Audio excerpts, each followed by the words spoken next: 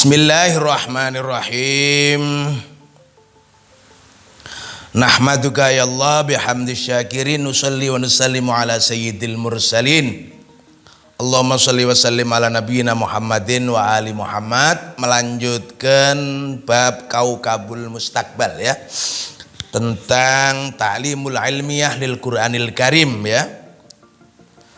Nah, masih melanjutkan seri pertama ya, Silsilatul Ula, tentang Kaukabul Mustaqbal atau planet masa depan, di mana ada ikhtiar manusia ya, yang merasa populasi bumi ini, populasi manusia di bumi ini semakin padat.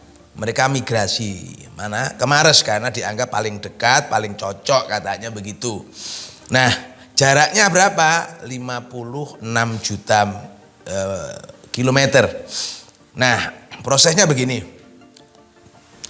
Tamakanat NASA bistimrorin fi amin sitawasabin alfasatis umiyah alfatusnya sitawasabin.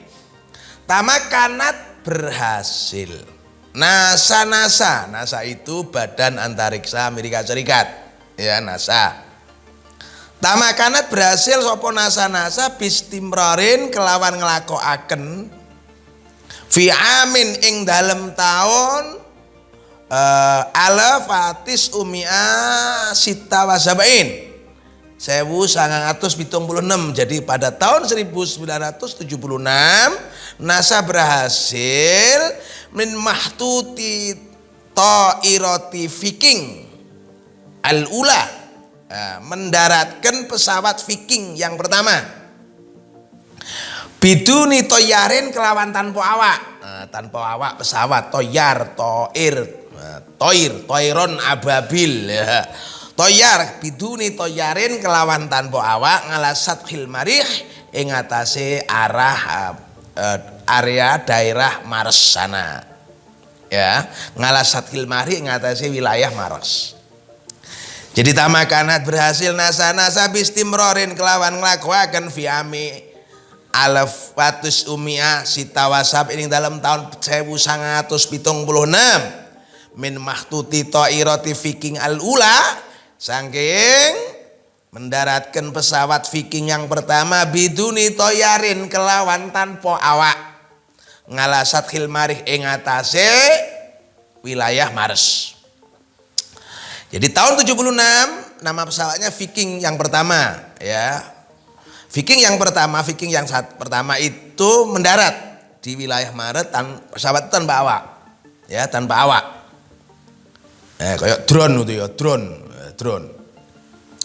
Suma khota mongko nuli juko. Nah, jadi pesawat itu punya misi untuk mendarat di wilayah Mars. Apa yang dikerjakan? Suma akhodan juko. Juko wi mau Viking mau ainatin ya, ing pira-pira ya ta zat minat turbati saking lebu dari turbah ya, turab saking ainatin ing zat minat turbati saking material lil bahs ya, mengambil material Mars itu lil bahs kanggo penelitian. Jadi diambil material dari Mars dibawa ke bumi lil bahsi untuk diteliti. Wa takitulan ngiyakini ana hunaka ana ing mengkono Mars alamatun ana tondo-tondo ala wujudil hayati ngatasi wujude kehidupan fi ami alfen wa samaniyah ing dalam tahun 2008 tama sempurna apa irsalu ta'iratin ya, mengirimkan pesawat min turasi bonik ya, bonik saking rumpun pesawat ponik. Ya, jadi kalau tahun 76 itu Viking, tahun 2008 itu Punik namanya pesawat. Sama, li akhdhi ainatin juko zat minat turbati saking material wa wujidat lan ditemokaken opo anata iju piro-piro kesimpulan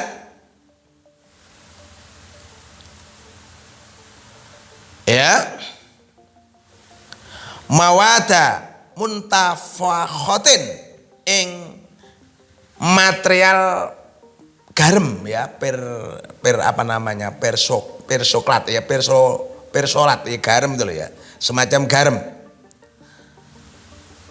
Terus takhdamu kan digawe apa mawat muntafakhah iku muntafakhah ya muntafakhah mawat muntafakhotin ya, semacam material garam yang digunakan bisyaklin syai'in lawan bentuk syai'an kang kondang yakni umum fitibi yang biasa dipakai fitibi ing dalam ilmu kedokteran wasina ati pirot al-handasiyah dan industri piropenik ya piroponik ya piroteknik ya piroteknik.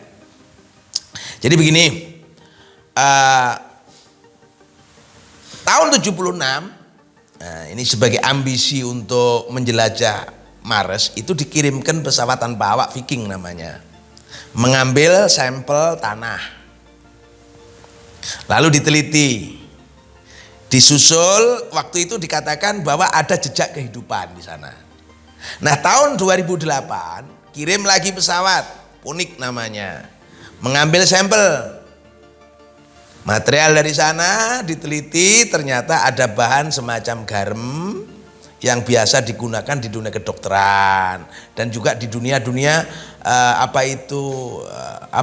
kembang api itu loh ya kembang api semacam itulah kayak amunisi gitu ya misiu. Hadhil haqiqatu utawi iki fakta utawi iki kenyataan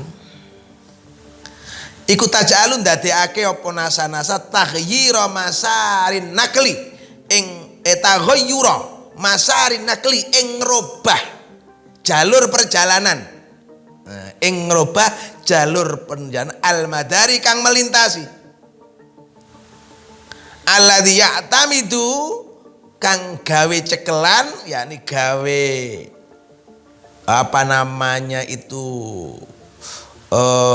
penanda cekelan i'timat itu cekelan ngala kaukabatil ardi ing atase lintasane bumi planet bumi wal marih lan Mars litahawli dirubah dipindah krono ngelih ila masari nakli munhafadzit taqati ya marang lintasan yang lebih energi rendah. Nah, munhafadzit taqati ya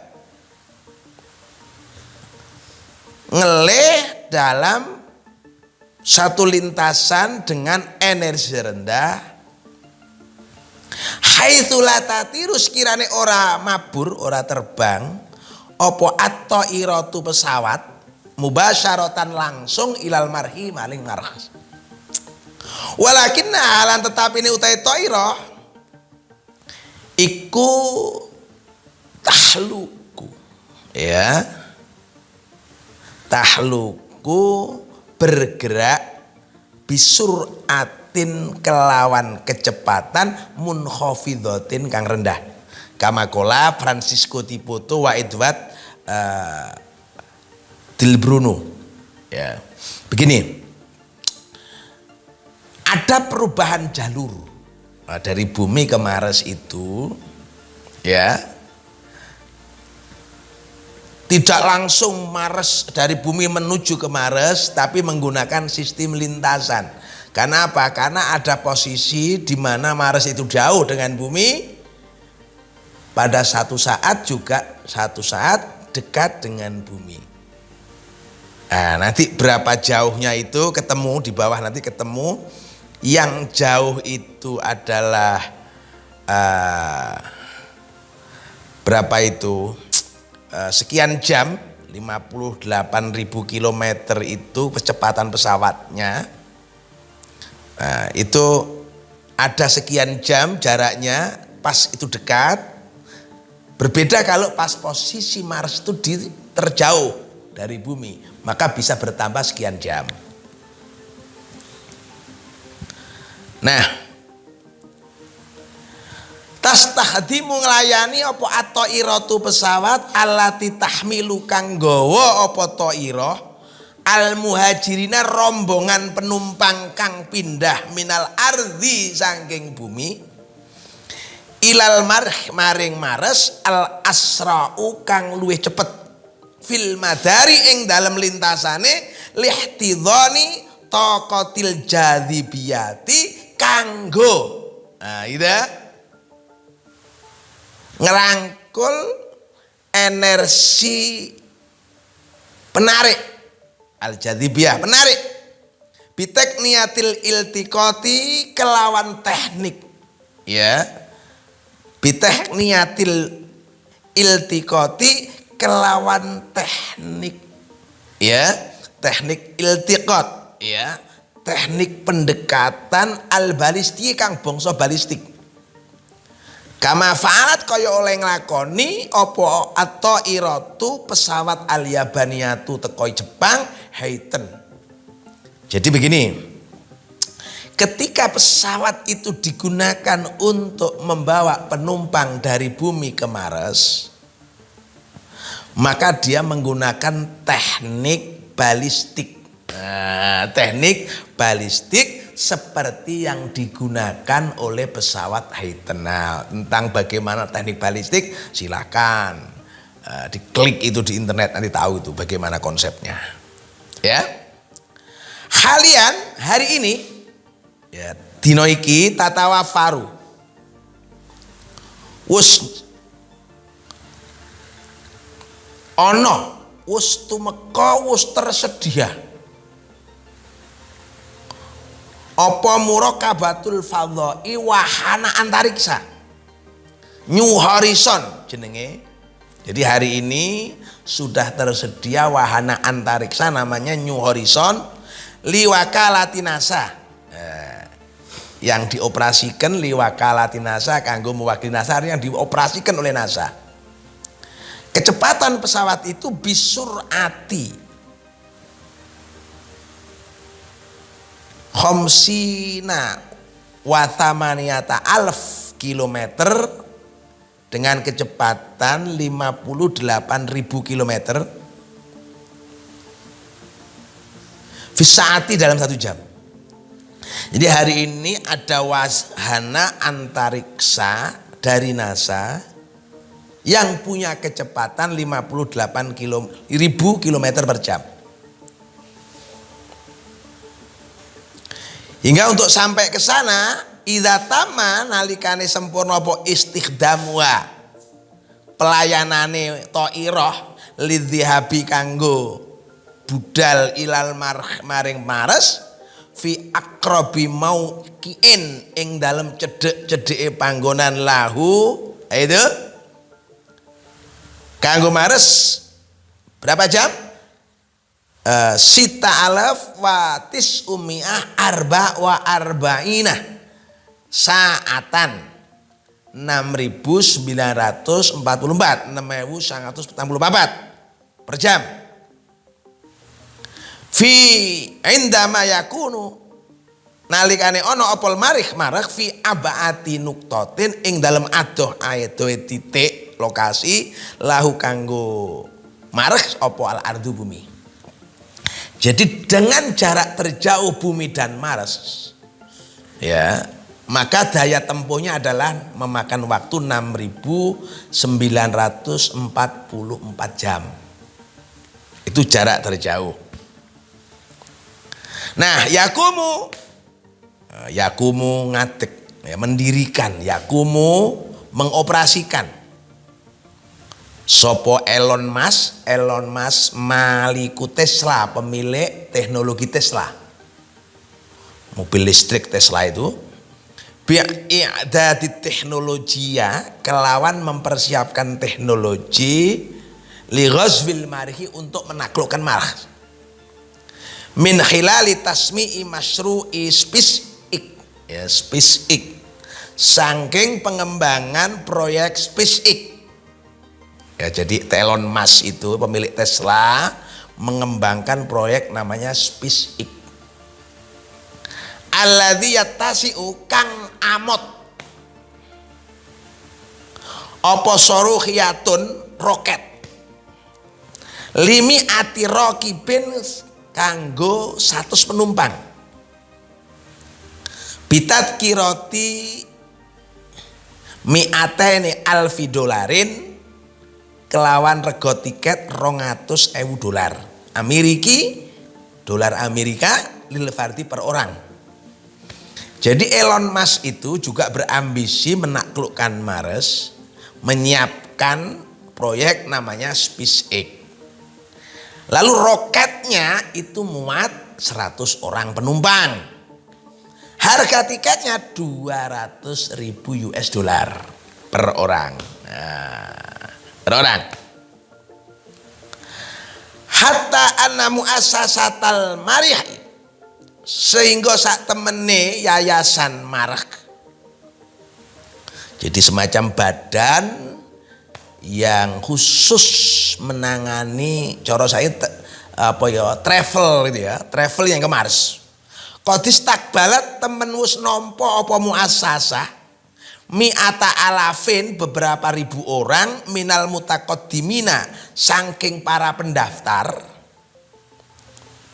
podo teko min mi'ate arba'ina daulatan, saking 140 negara. Lias bahu wong-wong kuwi supaya padha mukimina manggon fil mark, ing dalem mark. Wong-wong kuwi padha pengin manggon nang Mars fi ami alfen isnen wa isrin, ing dalem tahun 2022 saiki iki. Jadi sekarang ini kan tahun 2022. Ini sudah banyak pendaftar dari beberapa negara ke itu Muassasatul Marh itu, bagian travelnya, yang para penumpang, calon penumpang itu terdiri dari 140 negara. Ma'ahatri adamil kudrati, sartane resiko ora iso bali, ma'ahatri adamil kudrati, sertane resiko ora iso kemampuan al audati ngatasi mulih. Resikone melok pesawat ini, travel ini, bisa berangkat tapi nggak bisa pulang. Ya, iso berangkat ngalal audati ngatasi bali lal arti maring bumi. Kenapa? Bisa babi mahdudiyatil bayinati, kelawan sebab terbatasnya persediaan lil ma'isyati kanggo urip, wal imdadati lan persediaan al ghadhaiyati kanggo makanan. Jadi infrastruktur kangge urip iya terbatas, persediaan makanan terbatas. Maka ketika mengikuti program untuk ikut travel ke Mars dengan bayar tiket $200.000 yang dimulai tahun ini 2022, resikone iso budal gak iso mulih. Lho kenapa? Nang kono infrastruktur kangge urip ya ora enek, terbatas sekali. Begitupun persediaan makan. Wajane menungso iki lucu ya. Lucu, banyak udah berani itu. Resikonya ya semule lho. Lah kok tama sak temene ya yektine temen sempurna apa takdiru zahiratil basyari. Ya. Fakta ya anane menungso alladzina yaisuna kang urip sapa alladzina wong yaisuna kang urip sapa alladzina alal kawakib ngatasi piro-piro planet ghairil ardi sakliyane bumi fil Qur'anil Karim ing dalam Quran Asy-Syura surat Asy-Syura 29 ayat 29 ya, bahwa informasi tentang adanya makhluk hidup di planet selain bumi itu sudah ada di Al-Qur'an ayat 29 surat Surah. Disebutkan bismillahirrahmanirrahim, wa min ayati khalqus samawati wal ard wa ma batha fihi ma min dabati wa huwa ala jam'ihim idza yasha'u qadir. Wa min ayati lan iku termasuk saking ayate Allah. Khalqus samawati utawi oleh ndadekaken sapa Allah ing langit wal ardi lan bumi. Langit itu samawat itu dunia maya. Wal ardi lan bumi wa malan apa batha kang berkembang fihi ma ing dalem samawati wal ard min dabatin saking binatang melata, hewan melata. Wa huwa lan utawi Allah iku ala jamihim, wa huwa utawi Allah ala jami mengatasi ngumpulake kuwi mau dabah iku idza yasha'u nalikane ngersakaken sapa Allah, idza yasha'u nalikane ngersakaken sapa iku qadirun mampu, iku qadirun mampu. Nah, informasi tentang kemungkinan adanya makhluk hidup di luar bumi itu sudah ada di Al-Qur'an. Surat ayat 29 disebutkan, termasuk ayat-ayatnya Allah adalah Allah menciptakan langit bumi. Nah, dunia maya, dunia nyata, langit, bumi. Wa ma batha fi ma min dabbah, dan segala yang berkembang biak di sana dari hewan-hewan melata. Nah, melata itu kan berjalan ya dengan kaki gitu ya, itu melata. Wa huwa ala jam'in la yasha'u qadir, jika Allah menghendaki maka Allah pun berkemampuan ya, mampu mengumpulkan makhluk yang di langit juga di bumi menjadi satu tempat. Nah, artinya begini ya, bahwa ambisi orang barat sementara ini begitu, sekarang Cina juga ikut-ikutan untuk migrasi ke planet lain selain bumi. Kebetulan Mars menjadi sasaran karena paling dekat, paling cocok gitu ya, sing rodok mirip-mirip. Maka itu dimulai dengan pengiriman pesawat tanpa awak 2 kali, Viking sama Phoenix. Nah, sekarang sudah mulai ada travel, ada angkot, ya bahasa angkot. Ada travel yang satu angkot itu satu penumpang, satu kendaraan itu isi 100 orang. Itu penyelenggaranya Elon Musk.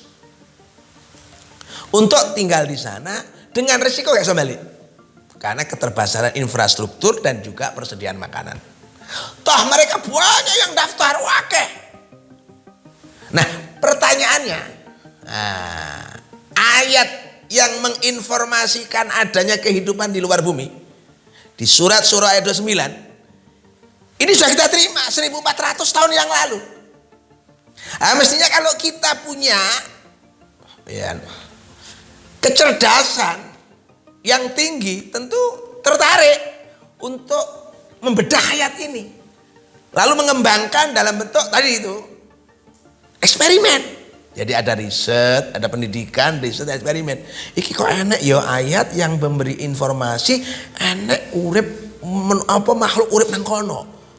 Nah, ini berarti di sini ada ayat ini mendorong kita untuk menaklukkan ruang angkasa. Berarti ada teknologi yang harus kita kembangkan di situ lah. Nyatanya ayat ini tidak menarik kita kan, hingga kita tidak bisa menguasai teknologi itu. Sekelas Elon Musk saja sudah bisa, artinya sudah punya ambisi itu. Nah, kenapa kita tertinggal? Padahal ayatnya ada, betul? Ayatnya ada. Nah, bisa jadi begini, ini analisa saja ya, debatable ya, debatable artinya ini bukan pendapat mutlak benar tidak. Tapi ada pertanyaan, kenapa kita tertinggal? Tidak bisa menguasai teknologi ruang angkasa seperti yang mereka kuasai. Padahal ayatnya ada, gitu loh bahasanya begitu. Ayatnya aja surat surah itu, ayat 29, ayatnya ada. Nah, ini pendapat saya loh ya, ini pendapat saya, debatable ya, debatable. Qad yakunu terkadang ono puasa babu sebab fi anal muslimin ing dalam sak temene wong muslim iku mutakhiruna podo terbelakang kathiron akeh fi fahmi ing dalem memahami wa idaratil ayati lan mengelola ayat al ilmiyati kang bangsa sains al muwajahati kang den tujuaken nahwal mustaqbali ing arah masa depan li annahum krana sak temene muslimin iku yarkuzuna fokus ala nasi ing atase ala nasi ing atase memahami teksnya badalan ganti minasiyaki saking konteksnya. Ya ini. Kalau tadi pertanyaan kenapa yang menguasai teknologi ruang angkasa itu mereka, taruhlah orang barat misalnya, sedangkan kita kok tertinggal. Padahal kita ini punya ayat yang seharusnya ayat ini mendorong kita untuk mengkaji, menjadikan sumber daya ilmu, menjadikan kita terdorong untuk mencari rahasia. Kok enak ya ayat ngene sing munine nang kono enek makhluk. Lah, mestinya ayat ini mendorong kita untuk bisa masuk ke sana dengan teknologi yang kita kembangkan. Kenapa? Nah, ini pendapat saya ya, pendapat ini debatable. Bisa jadi ketertinggalan kaum muslimin dalam hal teknologi itu seringkali. Ya ini ya, fokus pemahaman ayat-ayat Al-Qur'an itu pada teksnya, tidak pada konteksnya. Nah, ini persoalannya. Teksnya tidak pada konteks. Contoh begini. Ketika kita naik gunung. Kalau saya memahami gunung dari teksnya, saya akan mengatakan gunung ini indah. Pemandangannya di ketinggian permukaan laut 1300 misalnya. Ya, itu teks. Tapi kalau saya geolog mungkin punya keahlian di bidang geologi ya, geodesi apalah jenenge kuwi, saya naik gunung yang sama. Ya, naik gunung yang sama.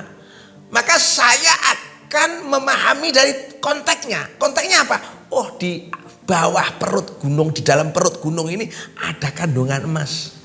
Nah, jadi saya tidak terjebak kepada pemandangan teksnya yang berupa indahnya pemandangan, tapi saya tertarik untuk mengkaji karena di sini ada nikel, di sini ada emas, di sini ada batu bara. Nah, seperti Freeport lah misalnya, itu kan di pedalaman Papua sana. Mungkin orang-orang setempat ketika itu sudah naik turun, karena memandangnya dari segi teks, maka gunung itu ya dianggap sebagai tempat yang tinggi gitu aja. Kanggone wisatawan tempat yang indah. Tapi bagi geolog-geolog dari Eropa ketika itu dari Belanda dan seterusnya datang ke sana, tidak teksnya yang dia baca gunung itu, tapi konteksnya geolog menemukan kandungan emas yang besar di sana. Ini contoh. Kayak begini ya, kalau kita ngomong teks dan konteks. Kita ini sering ke pasar. Ya, kita ini sering ke pasar, sering. Tapi pasar tidak punya daya tarik bagi kita untuk bisa berbisnis di situ. Karena apa? Kita melihat pasar itu teksnya, tempat orang jual beli gitu aja. Bukan tempat orang cari untung. Saya ada pasar karena butuh sesuatu, saya datang, bayar, pulang, bawa barang yang saya beli. Selesai. Nah, kita bicara tentang konteks sekarang. Sahabat Abdurrahman bin Auf itu datang ke Mekah nggak bawa apa-apa. Lalu dia minta, waktu itu dipersaudarakan dengan Ansor dan ditawari modal. Sampai lek arep megawene nyok tak kayak modal. Tapi Abdurrahman bin Auf radhiyallahu anhu menolak. Enggak. Terus aku cukup ajak di tempat orang bisa jualan, pasar gitu aja. Ndang, aku dudu ana panggonan sing aku iso manggonan kono iso dodolan. Diajaklah untuk ke pasar. Lalu dia mengambil satu tempat di pasar itu untuk bisnis. Maka disulaplah tempat itu oleh Abdurrahman bin Auf sebagai pusat bisnis dan berkembang kaya raya. Maka dalam hal konteks ini batu bisa menjadi emas. Tapi kalau dari teks orang melihat batu ya hanya batu saja, gitu ya. Nggak ngelihat oh ini batu ndak, kita di emas ndak. Tapi orang yang melihat pandangannya itu konteks, itu oh ini sudah emas, kandungannya emas ada. Nah, sama dengan ayat tadi. Ayat 29 surat Syura itu teksnya berbunyi adanya. Itu ya, makhluk melata di luar bumi, di sama. Nah, itu teks. Dan Allah menyatakan, Allah mampu untuk mengumpulkan nanti satu saat kalau Allah menghendaki. Tentunya ini dipahami konteksnya apa? Konteksnya kita bisa menjelajah tempat itu. Caranya menguasai teknologinya. Nah, ini namanya memahami cara kontekstualnya. Terima kasih.